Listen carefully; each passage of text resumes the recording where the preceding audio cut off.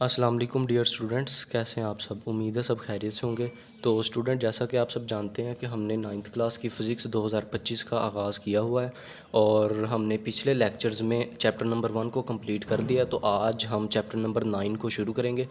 मैंने आपको first video में बताया था कि चैप्टर 1 और 9 इन्हों को साथ साथ करने का मकसद ये है क्योंकि ये चैप्टर बिल्कुल बेसिक से चैप्टर्स हैं। इनके अंदर बेसिक डेफिनेशंस और आसान सी थ्योरीज लिखी हुई हैं और छोटे छोटे चैप्टर हैं। तो इसीलिए पहले हम इनको करेंगे, बाद में हम चैप्टर नंबर 2 से ऑनवर्ड स्टार्ट कर देंगे। तो चैप्टर 1 हमारा कंप्लीट हो चुका है। आज हम चैप्टर नंबर 9 का आगाज़ करेंगे। तो आप देख सकते हैं चैप्टर नंबर 9 जो आपके पास है वो पेज नंबर 181 के ऊपर मौजूद है, जिसका नाम है नेचर ऑफ साइंस। यानी साइंस की आपने इसमें नेचर बतानी है। बिल्कुल 4-5 सफ़ों का आसान सा चैप्टर है। 5 लॉन्ग क्वेश्चन है इसके अंदर, जिसमें से 2 सेम हैं और बाकी जो 3 लॉन्ग क्वेश्चन है वो डिफरेंट है। ठीक है, तो शुरू करते हैं इस चैप्टर को। सबसे पहले आप देख सकते हैं कि आपके पास ये एक पैराग्राफ लिखा हुआ है। इस पैराग्राफ को आप रीड कीजिए। इसमें एमसीक्यूज़ वगैरह हैं, ठीक है, और शॉर्ट क्वेश्चन हैं कुछ जो कि मैंने नोट्स पर लिखे हुए हैं। उसके बाद आगे आपके पास टॉपिक आ जाता है स्कोप ऑफ फ़िज़िक्स। यानी आपने सबसे पहले फ़िज़िक्स का स्कोप बताना है कि फ़िज़िक्स कहाँ कहाँ इस्तेमाल होगी हमारी डेली लाइफ के अंदर। अच्छा, उसके बाद आपके पास है ब्रांचेज़ ऑफ फ़िज़िक्स। ये 2 टॉपिक हैं आपके पास। आज हम इन दोनों टॉपिक्स को ही कवर करेंगे। ये आपके पास एक्सरसाइज के 2 लॉन्ग क्वेश्चन बनते हैं। अगर आप लोग एक्सरसाइज ओपन करें और एक्सरसाइज के पेज नंबर 193 के ऊपर देखें तो लॉन्ग क्वेश्चन नंबर 9.1 और लॉन्ग क्वेश्चन नंबर 9.5, ये दोनों लॉन्ग क्वेश्चन आज की वीडियो में इंशाल्लाह कवर हो जाएंगे। और स्टार्टिंग में जो इंट्रोडक्शन है उसमें 1-2 शॉर्ट क्वेश्चन है वो भी हम देख लेते हैं। तो बिल्कुल आसान सा चैप्टर है, इसको स्टार्ट करते हैं। देखें, मैं यहाँ से पढ़ने की बजाय डायरेक्ट मैं नोट से पढ़ लेता हूँ, ठीक है। आपके साथ मैं नोट शेयर करता हूँ, आप नोट से देखें और फिर बुक से भी आप रीड कर सकते हैं। बिल्कुल वही चीज़ यहाँ पर लिखी हुई है, लेकिन नोट्स पर हमने हेडिंग्स बनाकर प्रेजेंटेशन वगैरह करके अच्छा सा लिखा हुआ है। तो देखें, सबसे पहले आपके पास साइंस की डेफिनेशन है। पहला शॉर्ट क्वेश्चन, डिफाइन साइंस। तो जब हमने चैप्टर नंबर 1 स्टार्ट किया था तब भी हमने सबसे पहले साइंस की ही डेफिनेशन की थी। यहाँ पर भी साइंस की होगी क्योंकि चैप्टर का name he nature of science है।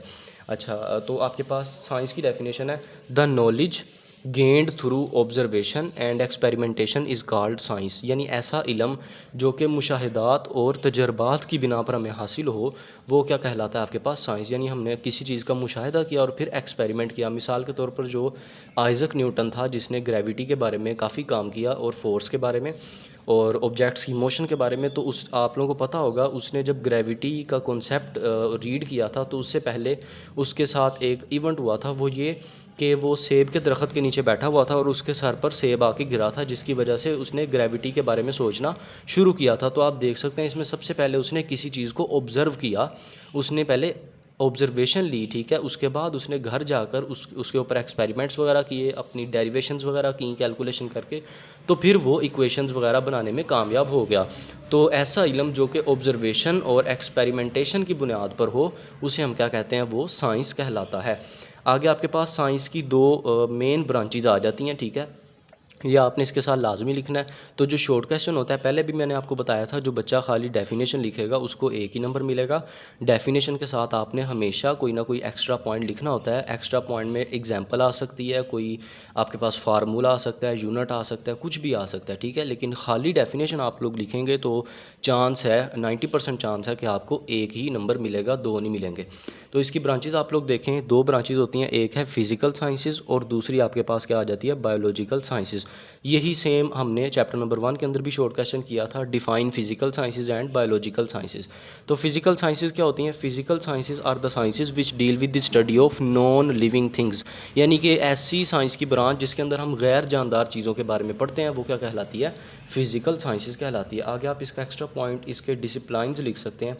इसके शोबे जो हैं आपके पास, पहला आपके पास आ जाएगा फिज़िक्स, दूसरा आपके पास केमिस्ट्री और तीसरा एस्ट्रोनॉमी। ये तीनों ऐसी ब्रांचेज हैं जिसके अंदर हम नो लिविंग थिंग्स के बारे में पढ़ते हैं। फ़िज़िक्स में हम बेसिकली मैटर, एनर्जी और इसके अलावा इंस्ट्रूमेंट्स के वगैरह के बारे में भी पढ़ते हैं, क्वांटिटीज़ के बारे में पढ़ते हैं, ऑब्जेक्ट्स की मोशन वगैरह के बारे में पढ़ते हैं। तो सब कुछ ये क्या आपके पास नो लिविंग थिंग्स ही हैं। और केमिस्ट्री में आप लोगों को पता है, आप लोग केमिकल्स वगैरह के बारे में डिस्कस करते हैं। और एस्ट्रोनॉमी ये आपके पास स्पेस, यूनिवर्स के बारे में होती है, ठीक है। अच्छा, इसके बाद आपके पास बायोलॉजिकल साइंसेज आ जाएगा। ये the sciences which deal with the study of living things are called biological sciences. तो बायोलॉजिकल साइंसेज ऐसी साइंसेज होती हैं जिनके अंदर हम जानदार चीज़ों का मुताला करते हैं। तो इसकी डिसिप्लिन, इसके शोबे आपके पास लिखे हुए हैं बायोलॉजी, बॉटनी और इकोलॉजी। बायोलॉजी आपको पता है ये लिविंग थिंग्स के बारे में, इसमें हम इंसानों के बारे में भी पढ़ते हैं, जानवरों के, पौधों के और स्मॉल लिविंग ऑर्गेनिज्म जैसे बैक्टीरिया वगैरह, इनके बारे में डिस्कस करते हैं। और बॉटनी बेसिकली बायोलॉजी की ही ब्रांच है। बॉटनी के अंदर हम पौधों के बारे में डिस्कस करते हैं। इसके बाद इकोलॉजी है, इकोलॉजी में हम इकोसिस्टम्स वगैरह के बारे में डिस्कस करते हैं। तो ये तीनों लिविंग थिंग्स के बारे में हो जाएगा, ठीक है। इसके बाद आपके पास स्टार्ट हो जाता है जी लॉन्ग क्वेश्चन। ये जो अभी हमने 2 शॉर्ट क्वेश्चन पढ़े ये इस पैराग्राफ के अंदर लिखे हुए हैं, ठीक है। जब आप इसको रीड करेंगे तो इसमें ये दोनों शॉर्ट क्वेश्चंस लिखे हुए हैं। आगे आपके पास ये लॉन्ग क्वेश्चन प्रॉपर स्टार्ट हो रहा है, स्कोप ऑफ फिजिक्स और ब्रांचेज ऑफ फिजिक्स, यहाँ तक आपके पास ये लॉन्ग क्वेश्चन है, ठीक है। तो ये 2 लॉन्ग क्वेश्चन हैं, दोनों को मर्ज करके मैंने लिखा हुआ है, ठीक है। तो आप देख सकते हैं सबसे पहले अगर हम लॉन्ग क्वेश्चन की हेडिंग पढ़ें एक्सरसाइज के अंदर, ये आपके पास इस चैप्टर की एक्सरसाइज का पेज नंबर 193 है। इसके ऊपर आप देख सकते हैं पहला लॉन्ग क्वेश्चन है, what are the main branches of physics, state briefly. तो अगर आपको ये लॉन्ग क्वेश्चन है तो इसमें आपने स्कोप नहीं लिखना, इसमें आपने बस ब्रांचेज के बारे में ही लिखना है, ठीक है। और 5वां लॉन्ग क्वेश्चन आपके पास, what is the scope of physics in everyday life, give some examples. तो इसमें आप लोगों ने क्या लिख देना होगा, इसमें आपने ब्रांचेज नहीं लिखनी, इसमें सिर्फ और सिर्फ आपने स्कोप के बारे में लिख देना है, ठीक है। और कुछ एग्जांपल देनी है तो वो साथ साथ हम देख लेते हैं। तो ये दोनों बिल्कुल अलग अलग आपके पास लॉन्ग क्वेश्चन है, लेकिन मैंने दोनों को इकट्ठा ही लिखा है।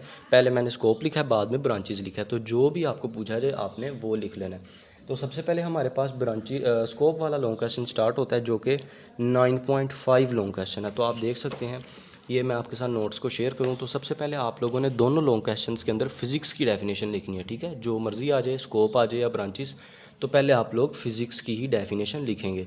तो फिजिक्स क्या होता है ये हमने चैप्टर 1 में पढ़ी थी, इसकी डेफिनेशन बिल्कुल सेम वही है। Physics is the branch of science in which we study matter, energy and their interaction, space and time.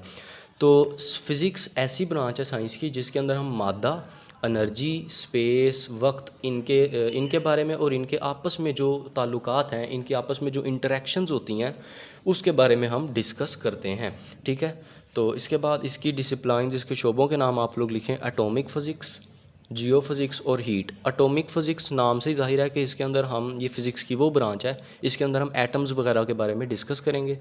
और जियो फिज़िक्स ये ऐसी फ़िज़िक्स की ब्रांच है, इसमें हम ज़मीन के बारे में डिस्कस करते हैं, ठीक है। और हीट के अंदर हम हरारत और थर्मोडायनामिक्स वगैरह के बारे में डिस्कस करते हैं।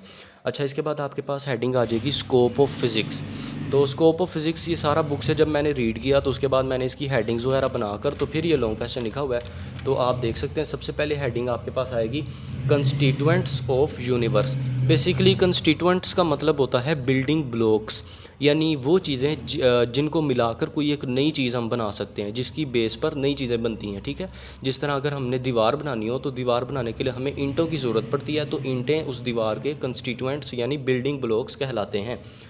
तो कंस्टिट्यूएंट्स ऑफ यूनिवर्स जो हमारी पूरी कायनात है, जिसके अंदर सोलर सिस्टम हमारा मौजूद है, ज़मीन, सूरज, चाँद, सितारे, हर चीज़, तो इसके बिल्डिंग ब्लॉक्स क्या हैं जी। आप देखें, physics is the fundamental science that deals with constituents of universe. तो फिज़िक्स में हम बेसिकली यूनिवर्स के कंस्टिट्यूएंट्स यानी बिल्डिंग ब्लॉक्स के बारे में पढ़ते हैं। इसकी एग्जांपल आप लोग लिख दें साथ, matter, energy, space and time are constituents of universe. तो जो हमारी कायनात है उसके बिल्डिंग ब्लॉक्स क्या हैं, यानी जिनसे मिलकर कायनात बनी है, वो है मैटर यानी मादा, जिसकी 3 स्टेट्स होती हैं आपके पास, सॉलिड, लिक्विड, गैस, और चौथी स्टेट भी होती है आयोनिक स्टेट जिसे कहते हैं प्लाज्मा। उसके बाद आपके पास एनर्जी आ जाती है, ठीक है। उसके बाद स्पेस और टाइम, ठीक है। ये आपके पास यूनिवर्स के बिल्डिंग ब्लॉक्स कहलाते हैं। अच्छा, इसके बाद आपने हेडिंग देनी होगी स्पेस एंड टाइम की। अब ये स्पेस और टाइम क्या होता है। The space is a 3 dimensional extent in which all objects and events occur. It provides framework to define the positions and motions of object. तो स्पेस आपके पास बेसिकली ऐसा फ्रेमवर्क है, ऐसी जगह है जिसके अंदर आप लोग ऑब्जेक्ट्स की मोशन और उनकी पोजीशन, यानी वो ऑब्जेक्ट किस जगह पर पड़े हुए हैं, वो मोशन में है, रेस्ट में है, हरकत कर रहे हैं, अगर मोशन कर रहे हैं तो वो किस टाइप की मोशन कर रहे हैं, वो सारा कुछ हम डिस्कस करते हैं स्पेस के अंदर। और space is a 3 dimensional extent in which all objects and events अकर। तो ये एक 3D आपके पास 3D चीज़ है जिसके अंदर तमाम के तमाम ऑब्जेक्ट्स होते हैं और तमाम की आपके पास जो इवेंट्स हैं वो अकर होते हैं। जिस तरह इवेंट्स का मतलब आपके पास कोई सितारा बन गया, कोई सियारा जन्म लेता है या सितारे वो अपनी डेथ को पहुंच जाते हैं, तो ये सारे इवेंट्स स्पेस के अंदर होते हैं, ठीक है, यूनिवर्स के अंदर होते हैं। तो 3 डायमेंशनल का मतलब क्या है, मैं आपको समझाता हूँ। बेसिकली हमारे पास कुछ डायमेंशंस होती हैं 1D 2D और 3D।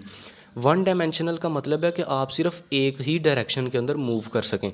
यानी कि अगर ये मेरे पास एक एक्स एक्सिस है या एक नंबर लाइन है मेरे पास, तो इस नंबर लाइन इस एक्सिस के ऊपर अगर कोई यहाँ पर पॉइंट मौजूद है तो ये पॉइंट सिर्फ एक ही डायरेक्शन में मूव कर सकता है, जो कि ये वाली डायरेक्शन है, ठीक है। ये आगे मूव कर सकता है या पीछे, ये ऊपर नीचे मूव नहीं कर सकता या इस लाइन से बाहर नहीं निकल सकता। जब आप 2D डायमेंशन की बात करते हैं तो 2D डायमेंशन के अंदर आपके पास 2 डायरेक्शंस आ जाती हैं, ठीक है।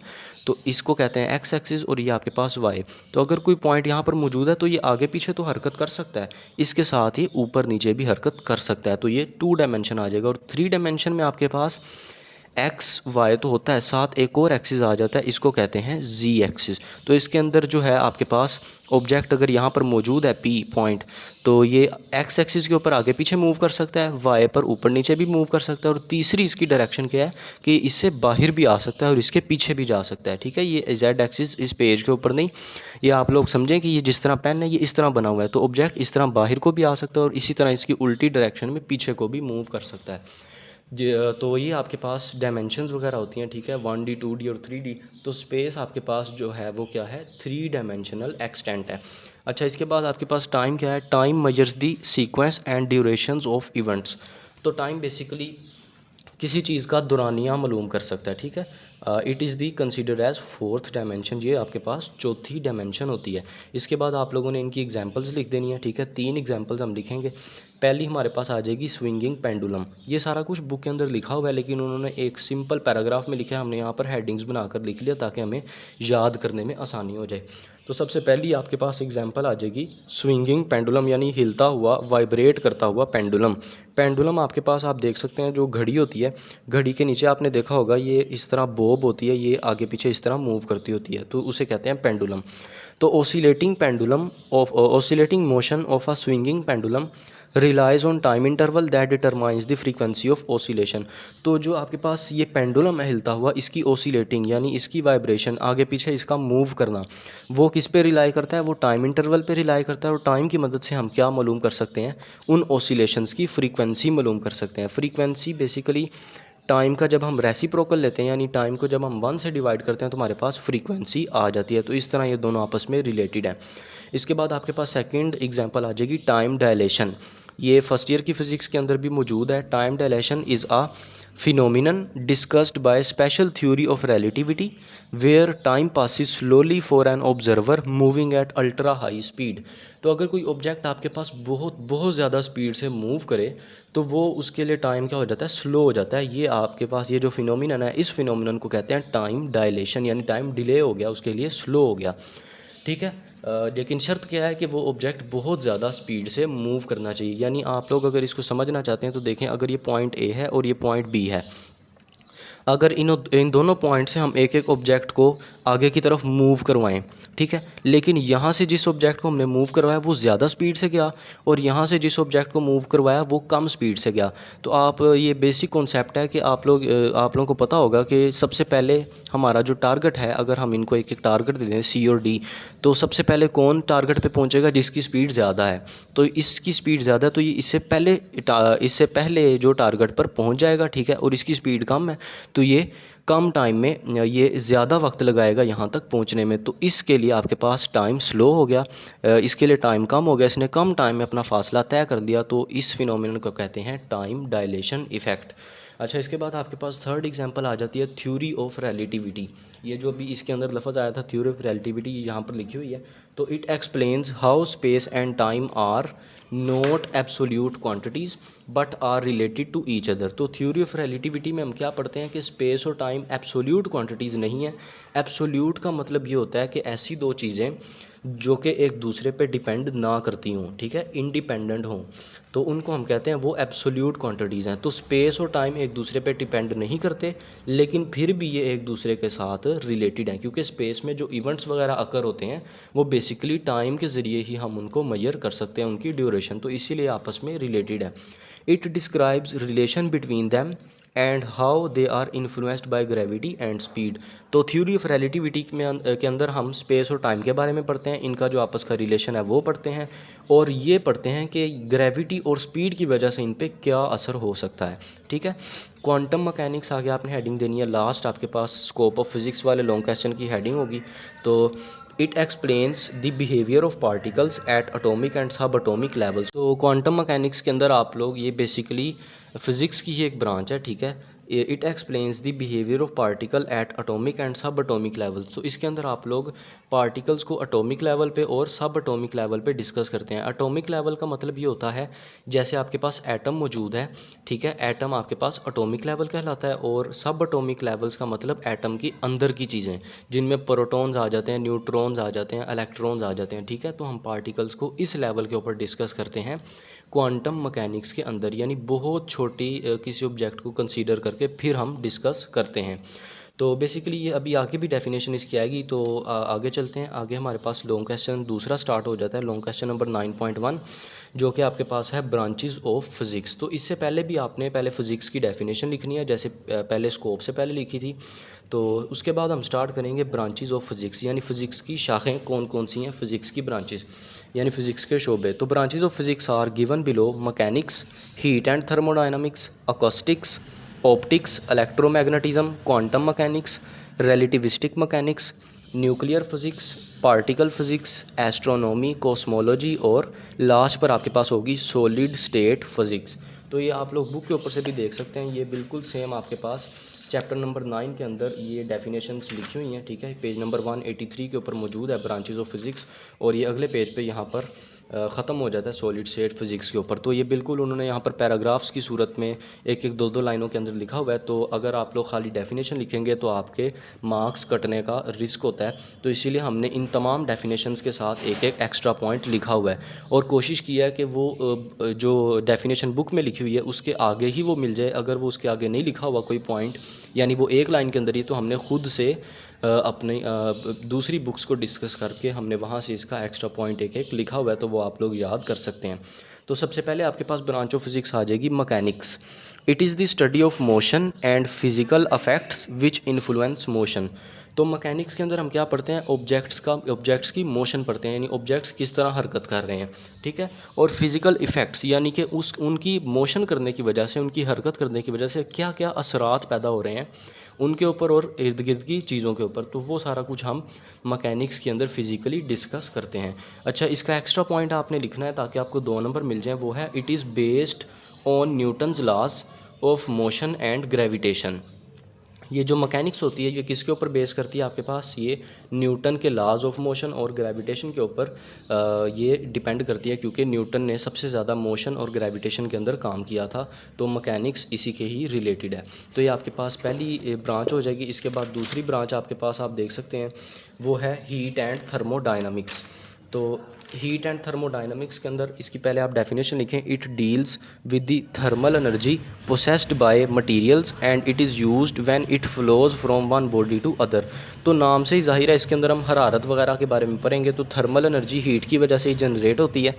पोसेस्ड बाय मटेरियल के अंदर जो जनरेट होती है, मिसाल के तौर पर जब आप अपने हाथों को आपस में रब करते हैं तेज़ी से, तो आपके हाथ गर्म हो जाते हैं, वो हीट को ऑब्ज़र्व करते हैं, तो ये थर्मल एनर्जी की वजह से होता है, ठीक है। इसको थर्मल एनर्जी कहते हैं। Possessed by materials and it is used when it flows from one body to another. और यही हरारत एक बॉडी से दूसरी बॉडी की तरफ ट्रांसफ़र भी हो सकती है। अगर आपने अपने हाथों को रब किया, वो बहुत ज़्यादा गर्म हो गए, और अब अपने हाथों को किसी दूसरी चीज़ पर लगाएंगे कुछ वक्त के लिए, फिर आप उठा देंगे, तो वो चीज़ भी हल्की हल्की हीट हरारत को एब्जॉर्ब कर चुकी होगी। तो इस तरह हीट एक बॉडी से दूसरी बॉडी की तरफ ट्रांसफ़र भी हो जाती है। तो यही यहाँ पर लिखा हुआ है।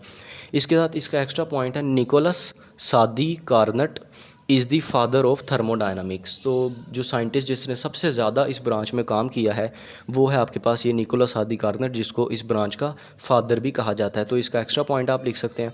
इसके बाद आपके पास अकॉस्टिक आ जाएगा। It deals with this nature and physical aspects of Audible sound. तो ये किसके बारे में होती है, ये आवाज़ के बारे में होती है, ये साउंड के बारे में होती है।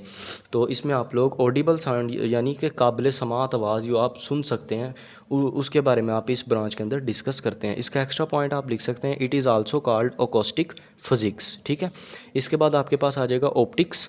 It deals with the physical aspects of visible light. तो इस ब्रांच के अंदर आप लोग रोशनी के बारे में डिस्कस करते हैं। ठीक है, it is also called optical physics, इसको ऑप्टिकल फिजिक्स भी कहा जाता है। Electromagnetism, it is the study of electromagnetic phenomenon and mutual relationship between electric current and magnetic field.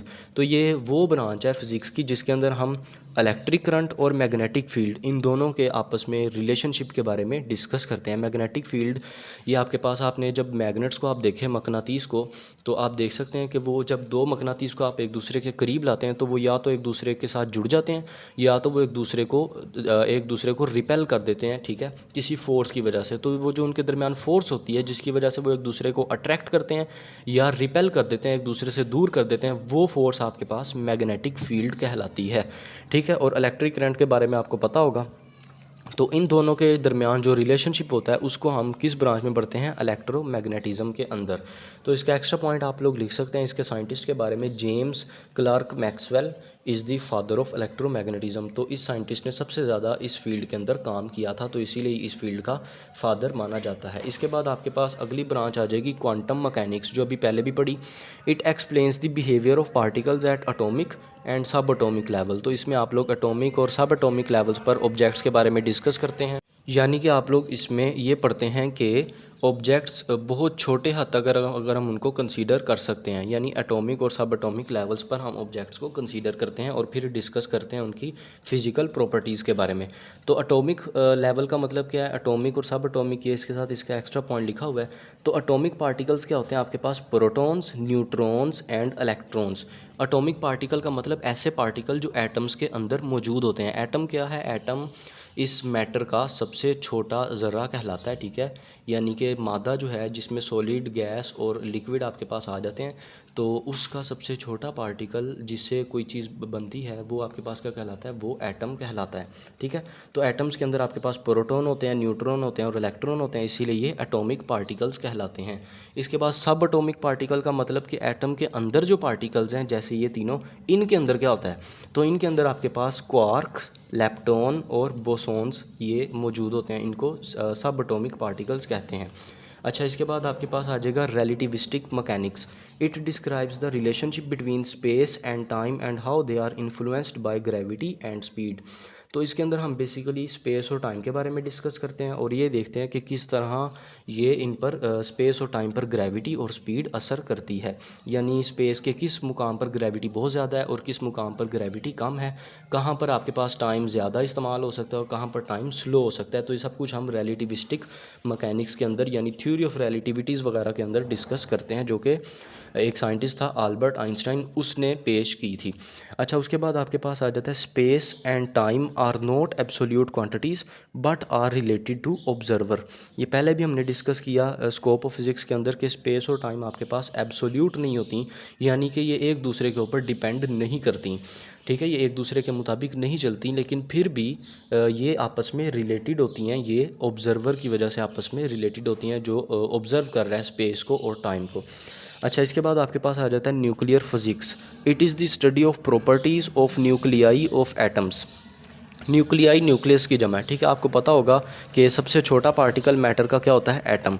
और एटम के अंदर न्यूक्लियस होता है जिसके अंदर पार्टिकल्स मूव कर रहे होते हैं। ठीक है, एटम के अंदर प्रोटॉन, इलेक्ट्रॉन और न्यूट्रॉन वगैरह होते हैं। इसी तरह एटम के अंदर सेंटर में एक न्यूक्लियस भी मौजूद होता है जिसके अंदर पार्टिकल्स ऑर्बिट्स के अंदर मूव कर रहे होते हैं। ठीक है, अच्छा, nucleus is the centre of atom, ये आप इसका एक्स्ट्रा पॉइंट लिख सकते हैं इस ब्रांच के साथ।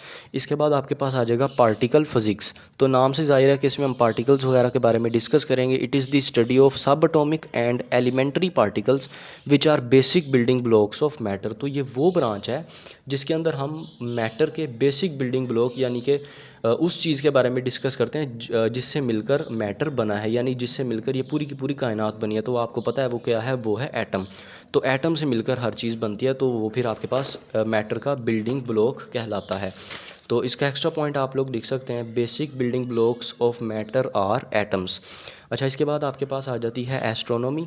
It is the study of distribution of celestial bodies. तो इसके अंदर आप लोग किसके बारे में पढ़ते हैं? Celestial bodies. ये क्या होती हैं? ये आपके पास होती हैं celestial bodies are planet, stars and galaxies. तो यानी कि ये ब्रांच आपके पास स्पेस के बारे में यानी यूनिवर्स के बारे में होती है। इसके बाद कोस्मोलॉजी, ये भी स्पेस के बारे में ही है, लेकिन यहाँ हम ज़रा लार्ज स्केल के ऊपर डिस्कस करते हैं। तो it explores the large structure and evolution of universe. इसके अंदर हम ज़्यादा डिटेल के साथ डिस्कस कर सकते हैं, और कोस्मोलॉजी की ब्रांच एस्ट्रोनॉमी ही होती है। ठीक है, इसके साथ आप इसका एक्स्ट्रा पॉइंट लिख सकते हैं, कोस्मोलॉजी का लफ्ज़ इससे निकला है कोसमोस। ठीक है, कोसमोस से निकला है, और कोसमोस एक ग्रीक वर्ड है, एक यूनानी ज़ुबान का लफ्ज़ है जिसका मतलब होता है आपके पास यूनिवर्स यानी कायनात। अच्छा, इसके बाद सॉलिड स्टेट फिज़िक्स, ये लास्ट ब्रांच है आपके पास। It is the study of some specific properties of matter in solid form. Matter यानी मादा आपको पता है 3 हालतों के अंदर पाया जाता है इस कायनात में, वो है सॉलिड, लिक्विड या गैस, और चौथी भी हालत होती है जो कि आयोनिक स्टेट होती है, वो होती है प्लाज्मा। ठीक है, उसके बारे में हम डिस्कस करेंगे चैप्टर 6-7 के अंदर। तो बेसिकली मैटर जो होता है वो 3 उसकी स्टेट्स होती हैं, सॉलिड, लिक्विड, गैस। तो जो सॉलिड स्टेट है उसके बारे में हम इस ब्रांच के अंदर डिस्कस करते हैं, उसकी स्पेसिफिक यानी मखसूस प्रॉपर्टीज़ हैं सॉलिड्स की, वो जिनमें से एक मैंने यहाँ पर लिखी हुई है एक्स्ट्रा पॉइंट के तौर पर। In solids molecules are tightly packed with each other. तो सॉलिड के अंदर मॉलिक्यूल्स आपस में बहुत ज़्यादा जुड़े होते हैं। आपको पता होगा तमाम चीज़ मॉलिक्यूल से ही मिलकर बनती है। ठीक है, तो सॉलिड आपके पास उसके अंदर जो मॉलिक्यूल होते हैं वो बहुत ज़्यादा आपस में टाइटली जुड़े होते हैं, और जो लिक्विड होते हैं उसके अंदर मॉलिक्यूल्स आपस में इतने ज़्यादा टाइटली नहीं जुड़े होते, इसी वजह से लिक्विड फ़्लो करता है, बहता है। और गैस के अंदर मॉलिक्यूल्स के दरमियान कोई फोर्स मौजूद ही नहीं होती। ठीक है, वो बहुत बहुत दूर होते हैं मॉलिक्यूल्स, तो इसलिए गैस हवा के अंदर शामिल हो सकती है, वो उड़ सकती है। तो सॉलिड जो होता है उसके अंदर मॉलिक्यूल टाइट होते हैं, जिसकी वजह से उसकी एक फ़िक्स शेप होती है जिसको तब्दील आसानी से नहीं किया जा सकता। तो ये आपके पास ब्रांचेज ऑफ फिज़िक्स वाला लॉन्ग क्वेश्चन था सेकंड, और पहले हमने पढ़ा स्कोप ऑफ फिज़िक्स वाला लॉन्ग क्वेश्चन। तो आज के लेक्चर में हमने इस चैप्टर के लॉन्ग क्वेश्चन 2 कवर किए हैं, जो कि एक 9.1 था और एक आपके पास 9.5 था। तो ये 2 लॉन्ग क्वेश्चन हमने कवर कर लिए। इनमें से जो भी आपको पूछा जाएगा आपने लिखना है, और उसके साथ शुरू में आपने फ़िज़िक्स की डेफिनेशन भी लिखनी है। तो चैप्टर नंबर 9 हमारा स्टार्ट हो चुका है। मुझे उम्मीद है आपको आज का लेक्चर समझ आया होगा। अगर आपको वीडियो अच्छी लगी इसको लाइक करें, अपने फ्रेंड्स के साथ शेयर करें, और हमारे चैनल को सब्सक्राइब करें। मिलते हैं आपसे कल अगले लेक्चर में, तब तक के लिए अपना ख्याल रखिएगा। ओके, अल्लाह हाफिज़।